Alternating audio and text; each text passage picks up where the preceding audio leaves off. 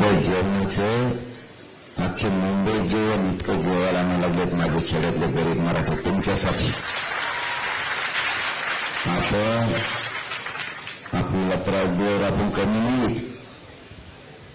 आपण एकट्या मराठीची 5 ते 6 राज्य एवढी ताकद एकट्या मराठीची. आपल्याला थोडा त्रास झाला तर लोक टेम्पोन ट्रकून केंद्र भरून भाकऱ्या पाठवायला लागलेत मुंबईला. त्याच्यामुळे तुम्ही ग्राउंडवर जा. मला माहिती आहे तुम्हाला म्हणून एखाद्याच तुम्ही तसं करत बसाल, पण न्यायालयाचं सगळ्या नियमाचं पालन करायचं हे समजून घ्या. आणि मुंबईकराला त्रास होता कामा नाही हे पण समजून घ्या. तुम्ही काय लांब गेले का? ग्राउंडवर गाड्या लावायचे पण ग्राउंडवर झोपायचे, मस्त आजाद मैदान लावायचे. किती सोपं आहे. वेळची वेळेला बघू ना. तुम्ही शांत राहा एवढंच माझं म्हणणं आहे. तुम्ही शांत राहा आणि ज्यांना ऐकायचंच नाही ना ते गावाकडे गेला तरी चाला. काय मी बघतो कसं आरक्षण द्यायचं माझ्या जातीला. मी मेलो तरी इथून उठत नाही. ज्याला यायचं त्याला येऊ दे. सरकार येऊन दे, गोळ्या घेऊन येऊन दे, बंदूक घेऊन येऊन दे, त्याला काय घेऊन यायचं तेवढी. मी 10-12 मरायला तयार आहे तुमच्यासाठी. फक्त तुम्हाला सांगितलं तेवढं तुम्ही करा. आजपासून पुन्हा तुम्हाला आता शेवटची विनंती, इतक्या स्पीडने गाड्या काढून ग्राउंडला नेऊन लावा की मराठ्याचा गर्व वाटला पाहिजे. मराठ्यालाच किंवा पोरा असा होता असे. तिथं कुठेतरी जवळच्या आझाद मैदानच्या बाजूला कुठे मला माहित नाही, कॉर्नरच का क्रॉस नाव असे ठेवतील बदले जाऊन. एवढ्या कॉर्नर म्हणतात, एवढ्या क्रॉस म्हणतात, एवढ्या काही म्हणतात. हातातला नाव ते झटावं पण फेटावं. जर क्रॉस मैदान कुठेतरी तिथं गाड्या म्हणून लावून झोपा. जिथं जिथं मैदान असतील तिथं लावा. कमी पडलं तर सरकार आणि पोलीस म्हणले की आम्ही आणखी मैदान उघडं करून देतो. मग आता तुम्ही गपचीप मला उद्या ऐकायला सुद्धा मिळालं पाहिजे.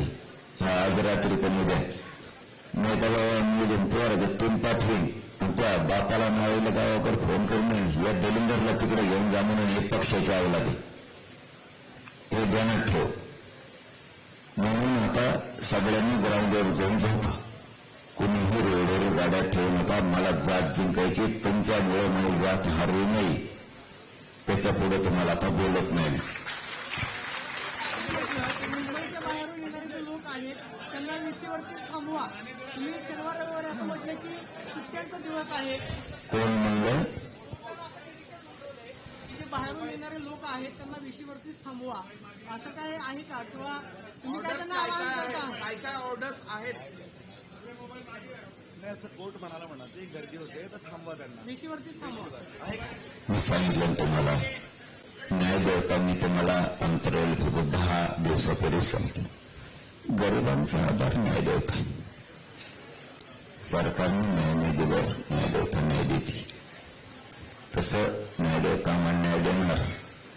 न्याय देवतेचं बाहेर आणा मुंबईचा बाहेर गाड्या असं म्हणू शकत नाही. का?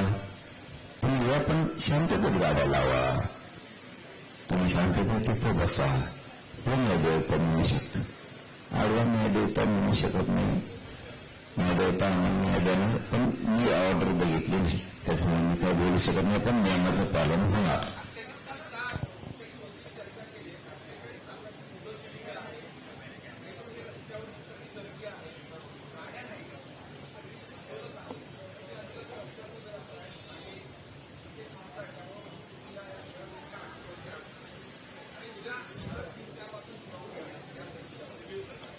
बर, मला नाही माहित. मी आता ते पोरांना सांगण्यासाठी पाणी पिऊन उठलोय. बघा, तुम्ही तरी किमान 10-12 जण असेल. तुम्ही आपला सेकंद बघितलेला. म्हणजे 4 रात्री 4 दिवस उपोषण तुम्ही किती हालात होती. तुम्हीच लोक आहेत की पत्रकारितेच्या पलीकडे जाऊन हाताला धरून उठवणारे लोक आहेत. तरी मी लोकांना सांगण्यासाठी उठलो की शांत राहा, न्यायदेवता न्याय करेल. ते सुद्धा पोरं रस्त्यावरचे ग्राउंडवरतून झुकतील, ग्राउंडवर राहतील, शांततेत सगळं करतील. आम्ही न्यायालयाचे नियमाचं सगळं पालन करू आणि त्यांनाही सांगतो तुम्ही पण पालन करा.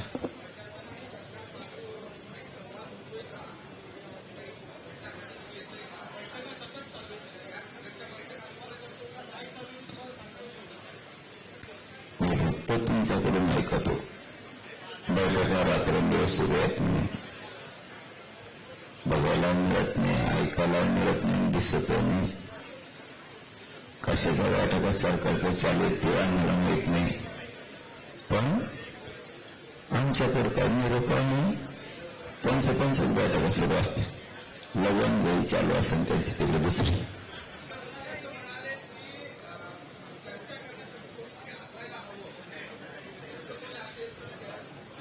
मी आहे नाही दे मागावले खेटर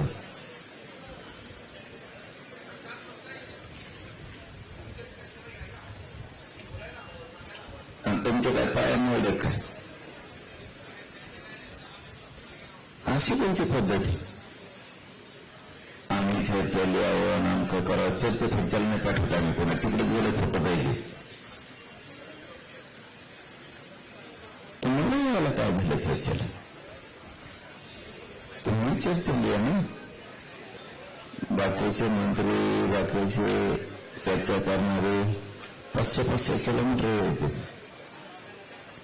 तुम्हाला इथं 100-150 मीटर येत आहेत नाही का. बहाणेबाजी नका करू. तुमच्या लेख्या मस्तीखोर निर्णयामुळं पुढं काय होतं तुम्ही बघा म्हणा. शांतता ही किती कठीण असू शकते. शांततेत लोकांचे घेतलेले बळी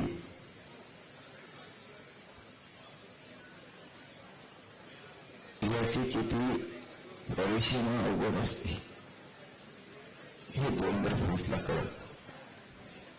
न्यायदेवता काय सांगते, देवेंद्र फडणवीस काय करतो हे त्याच्या अक्कलनाच्या बुद्धीच्या पलीकडे. त्याच्या एका मस्तीखोर निर्णयामुळे वागणुकीमुळे मराठ्यांना तुच्छतेची वागणूक द्यायची. त्या वागणुकीमुळे ही शांतता एवढी एकोपाला जाऊ शकते की कधी 20-25 पिढ्यांनी सुद्धा विचार केला नसेल. इतकी परिस्थिती तो आणू शकतो. बस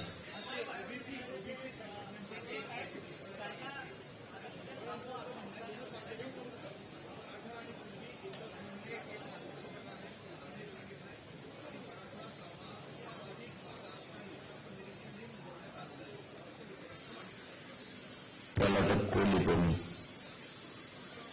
लेवल्याला कवा कोली तुम्ही.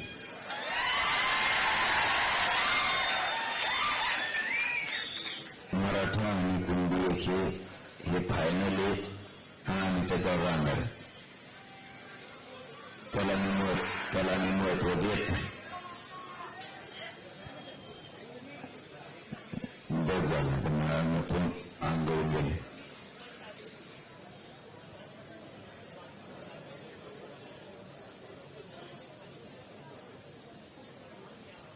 काय मग आता सांगितलं ना. अरे हिंदीचा दादा महालेपाच काय तुला काय सांगा. माझ्यामुळे पोळी हिंदी बिघडायची. आता मराठी सांगितलं तेच आपलं तिकडे वरगडून घ्यावा काय. चल धन्यवाद.